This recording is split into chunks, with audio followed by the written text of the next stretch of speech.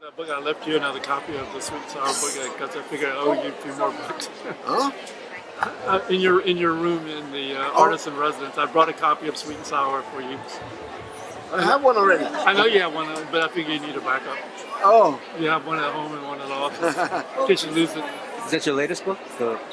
Yeah, the Sweet and Sour is. I did it a couple of years ago.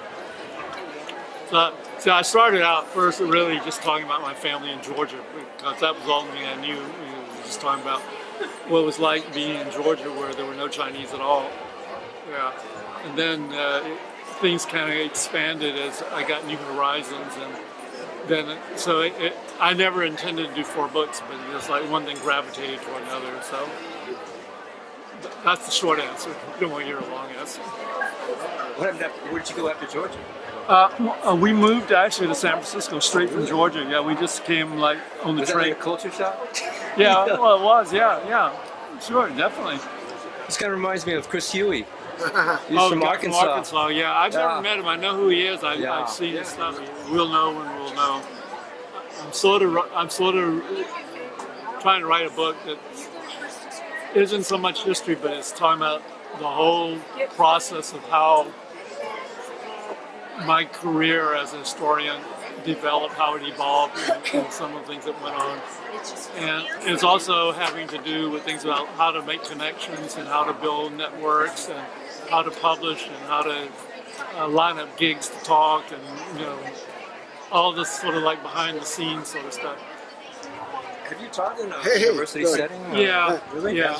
I taught psychology at Long Beach State. Oh, yeah, I haven't seen it in a while. I wasn't in history at all. Until I retired from academia, I wasn't even I didn't even know that much about Trans-American history. So they're in town. And You gotta learn fast. Though. Yeah, I gotta learn fast. Yeah. So and just I found it really birthday? interesting. And then, Was it? Then once I did a little writing, because Bev put on her Facebook some feedback and some audiences and everything. It's someone's birthday today, it really became passionate. And everyone followed by saying.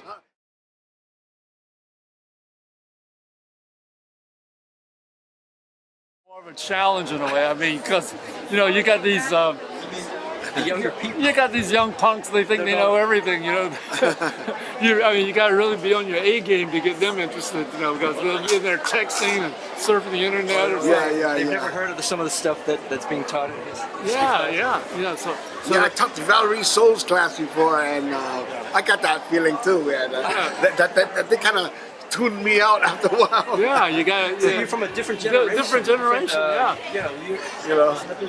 But see, I was in Memphis a couple of years ago, and they threw me a curveball.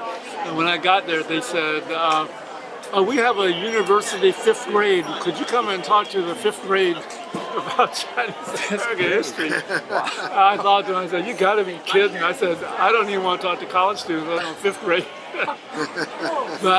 But actually, it worked out really well because I sat down and I thought about it, and I knew I had to do something different to get their attention and everything. And the reason I know it went well is part of my presentation.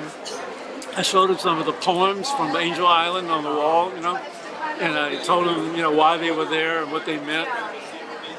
And at the end, the little kid raises his hand and says, "Where can I find more of these poems?" That really blew me away. He said he wanted to go read some more of these poems.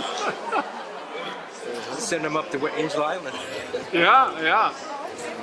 But see, what I did at that talk is I started out and I showed I didn't want to lose them at the beginning, so I showed them the Statue of Liberty. I said, "Anybody know what this is?" They're all excited. You're calling me. And then I said, this is, and then I read the thing like, "Give me your tired, give me your poor," the longing to be free and all that. So I said, okay, now, then I showed them Angel Island. I said, "What is this?" Nobody knows.